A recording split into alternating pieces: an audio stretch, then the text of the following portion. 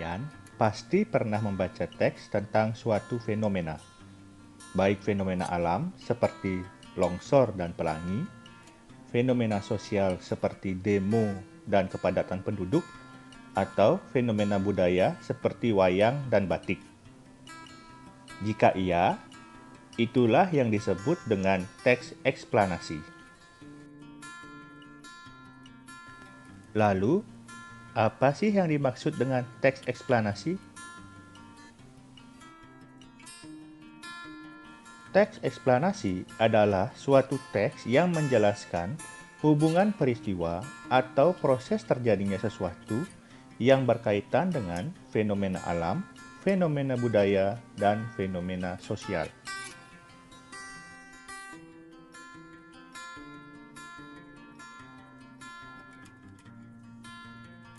Adapun ciri-ciri dari teks eksplanasi adalah yang pertama, mengusung sebuah topik berkaitan dengan suatu fenomena, baik alam, sosial, maupun budaya. Kedua, kalimat-kalimat setiap paragraf berdasarkan fakta atau kejadian sebenarnya. Ketiga, fakta dirangkai dengan pola kronologis atau urutan waktu, ataupun pola kausalitas urutan sebab akibat.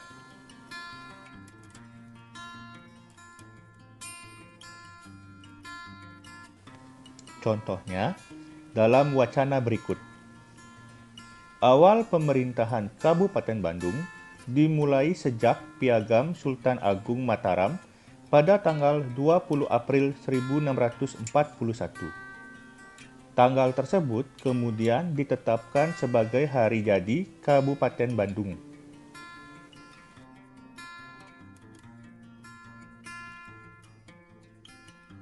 Dalam wacana di atas, topik yang diangkat adalah mengenai fenomena sosial, tentang sejarah perkembangan sebuah kabupaten.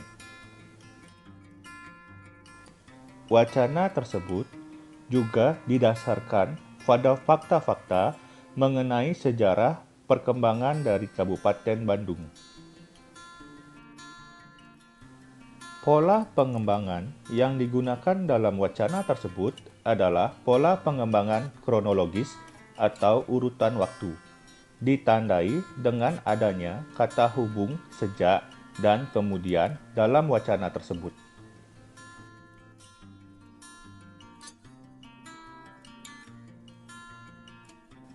Selanjutnya, hal yang akan kita bahas adalah meringkas teks eksplanasi. Dalam meringkas teks eksplanasi, ada beberapa hal yang harus diperhatikan, di antaranya menentukan gagasan umum dan menyusun kembali. Pertama, menentukan gagasan umum teks eksplanasi.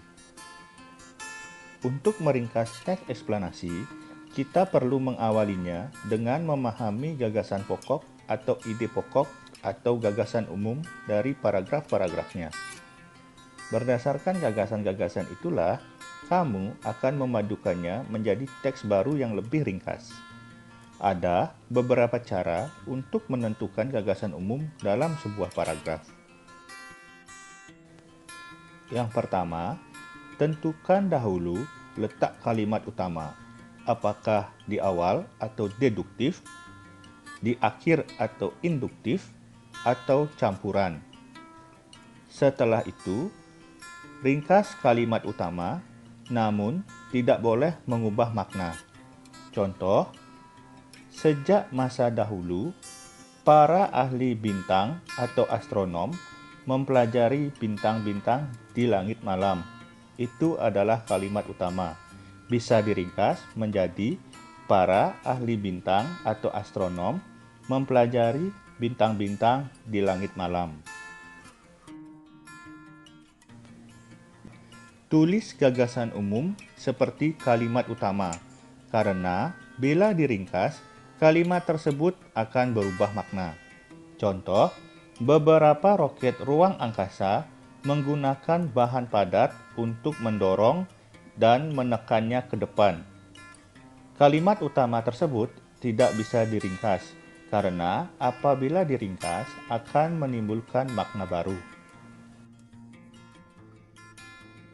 Berikutnya, menyusun kembali. Apabila gagasan umum setiap paragraf telah ditentukan, maka susun gagasan-gagasan tersebut menjadi sebuah teks. Bisa langsung dipadukan atau diceritakan kembali dengan menggunakan kata-kata sendiri.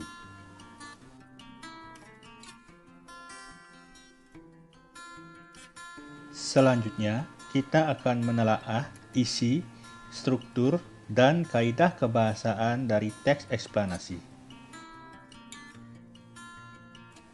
Berdasarkan isinya, tampak bahwa teks eksplanasi menjelaskan suatu proses atau berupa rangkaian suatu fenomena ataupun kejadian, baik itu yang berkaitan dengan alam, sosial, ataupun budaya. Dalam pemaparannya, teks tersebut mungkin merupakan jawaban dari pertanyaan mengapa atau bagaimana. Apabila teks eksplanasi sebagai jawaban atas pertanyaan mengapa, maka uraiannya akan bersifat kausalitas. Sedangkan apabila teks eksplanasi sebagai jawaban atas pertanyaan bagaimana, maka uraiannya akan bersifat kronologis. Contohnya, fosil yang utuh dan lengkap biasanya terawetkan dalam salju atau karena termineralisasi. Fosil yang berupa jejak dapat merupakan tapak kaki, tangan, dan daun tumbuhan. Dalam cuplikan tersebut menjelaskan proses pembentukan dan pengawetan fosil. Berdasarkan pengembangannya, teks tersebut disusun dengan pola kausalitas. Hubungan antar kalimatnya menyatakan pola hubungan sebab akibat. Dengan demikian, cuplikan teks tersebut merupakan jawaban atas pertanyaan mengapa fosil itu bisa terawetkan.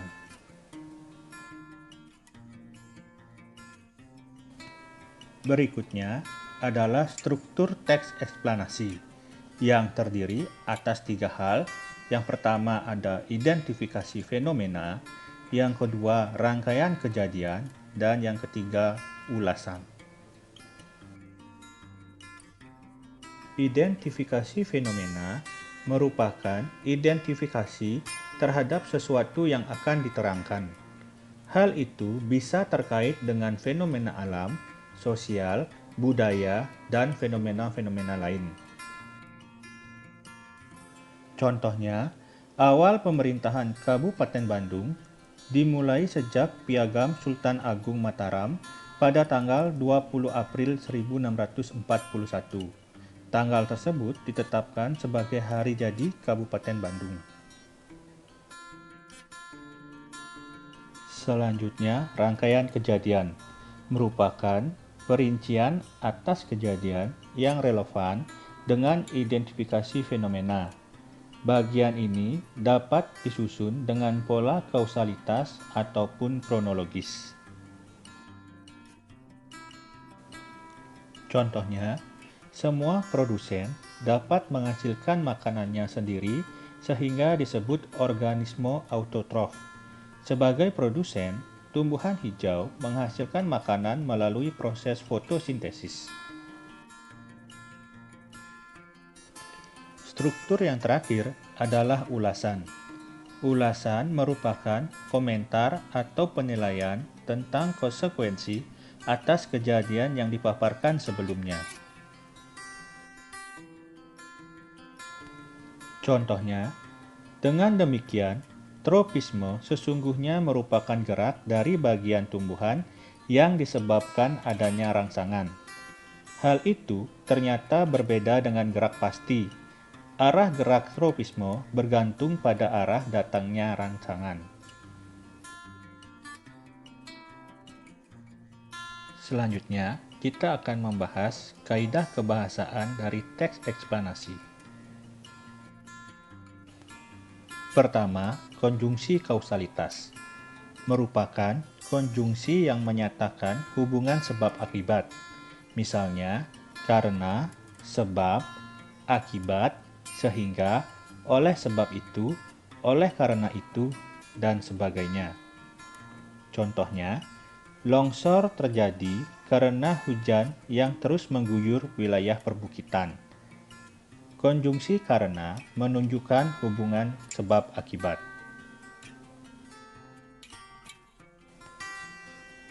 Berikutnya, konjungsi kronologis merupakan konjungsi yang menyatakan urutan waktu.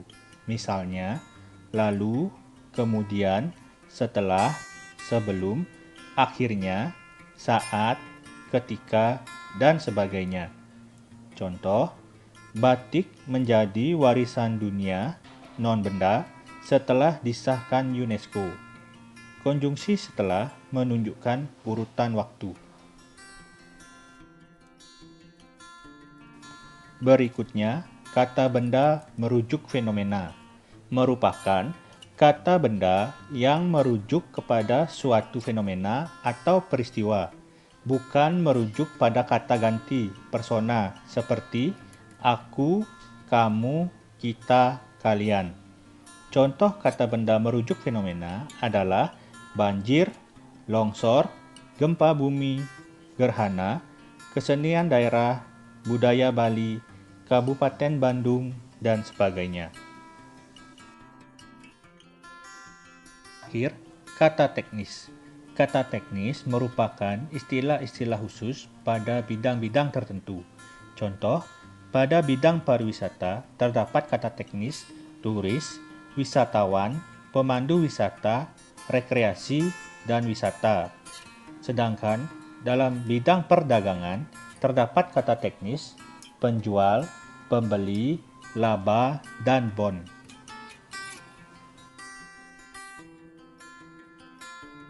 Selanjutnya adalah langkah-langkah dalam menulis teks eksplanasi.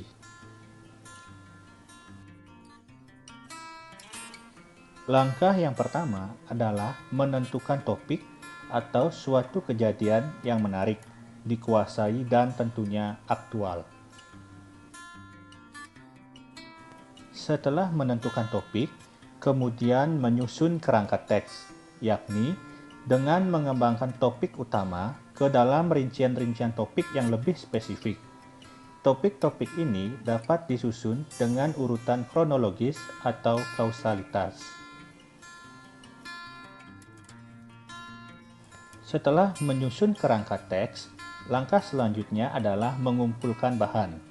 Dapat berupa fakta atau pendapat para ahli terkait dengan kejadian yang dituliskan dari berbagai sumber, misalnya melalui observasi lapangan ataupun dengan studi literatur.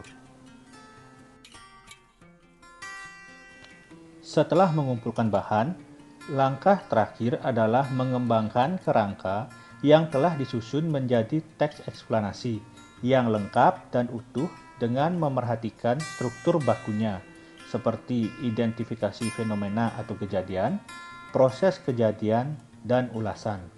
Perhatikan pula kaidah-kaidah kebahasaan yang berlaku pada teks eksplanasi. Terima kasih sudah menyaksikan video ini. Jangan lupa like, komen, dan share agar video ini lebih bermanfaat untuk kita semua. Bagi yang belum subscribe,